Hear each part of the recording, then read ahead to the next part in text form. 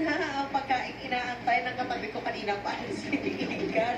Kasi di ba pag summer, ang sarap-sarap pagkasama ang pamilya natin. Isa sa mga pinaka-bonding moment natin ay pag kumakain tayo. Kaya, why not try something na baka malamang ay hindi yung pala tayo sa inyong mga tahanan. I'm sure because sa bahay namin kailangan ito naluluto. Kaya para sa kasama natin ngayon si Chef Mel Avil Jr. Welcome back, Chef! Good morning. Good morning. So, ano exactly itong niluluto na nilulutuin natin today? Ang ating dish ngayon ay mula sa isang santol. Oh, Sinantolan. Sinantolan. Hindi po sinantolan. Sinantolan siya. Sinantolan. Okay. So, basically, based on the name itself, ang ating main ingredient ay yung santol. Pero hindi yung buto niya, no? It's actually the outside. Yung laman. Oo. So, babalatan muna yung labas niya. Yes. Babalatan, tapos igagaya. Pagka gagayatin na natin, after nung magayat, Okay. so kailangan natin hugasan siya. So, kailangan natin pigain Oo. para mawala yung alat niya, tsaka yung pakla. Okay. So, pipigayin. Pagkatapos, ito na yung magiging itsura niya. Patutuyuin ba yes, natin siya? Patutuyuin natin So, siya. kailangan nakatry siya. Oo nga, no. Actually, mukha siya bagong if you really look. Actually, iba't isang tingin lang mukha siya bagong. And then, what do we do? Ano yung niluluto natin so far? So, nag-sukil ako ng garlic, onion, Okay. and then yung ground meat. And then, Ground meat. lagay natin yung alamang. Alam mo. Yes. Yeah. Did you say you use ground meat? Mm. Anong meat yan? Isa, Pork, okay. Yes. Depende siguro kung ano gusto. Pwede siguro chicken, no? Mm. Chef, okay. Pwede. So any, whatever makes you happy, yun na yun. And then, pagkatapos sa alamang, anong lalagay na natin? So, pagkatapos ng alamang, nilagay na natin yung santol. Santol.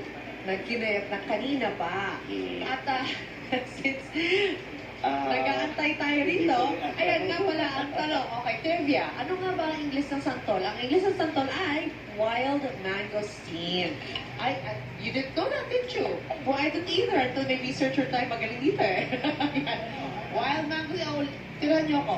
Anyway, pagkatapos natin ilagay yung kinayat ng santol, Ilalagay na natin yung gata. Okay. Okay. So, kailangan madami yung gata para at least yung pagkaka-sweet niya. So, magkaagaw yung asin at saka yung sweet ng coke. Okay, ng coconut. Pero, di ba, chef, hindi pa panahon ngayon ng santol right now? It's not, no? Santol is July. Kaya medyo, actually, itong ginayat natin, medyo maasim-asim siya. Pero okay lang. Anyway, mayaman po ang santol sa vitamin. Sa mga vitamins, sa vitamin B, vitamin C, at saka calcium. Oo, so very healthy po siya. Alamang naman, at saka pork, ay source siya ng Protein, oo, protein yan. So talaga maraming, it's a very healthy dish, di ba? Pero magkano pagkagastos na para natin? Ito, sa isang dish natin, sa isang person is 26 pesos. Uy! So, mura. Yun na, So, oo. kaya-kaya na Kaya-kaya ng budget natin. Yes, lalo sa mga bata na maliit yung budget. So, meron tayong dish na kaagad. Damihan niya na yung kanin niyo, okay na kayo, perfect. Eh, yun sila, enjoy na enjoy. Lalo na, ang dish nito ay nagmula sa, sikat ito sa isang parting Laguna, Bicol, and Quezon. Quezon. So, yun yung mga malimit natin makikita itong pagkain ito. Oo, yan. Na-enjoy sa liigan as you can see. No? So basically, that's it. Tapos na. Yun na yun. Lahat na nilagay niyo or meron pa tayong ilalagay? After ito, lalagyan natin siya ng konting sili? Ginger. Ginger. Okay. So, para medyo may yung kanyang lansa. Okay. Ginger and then spicy natin. Ooh! Yan.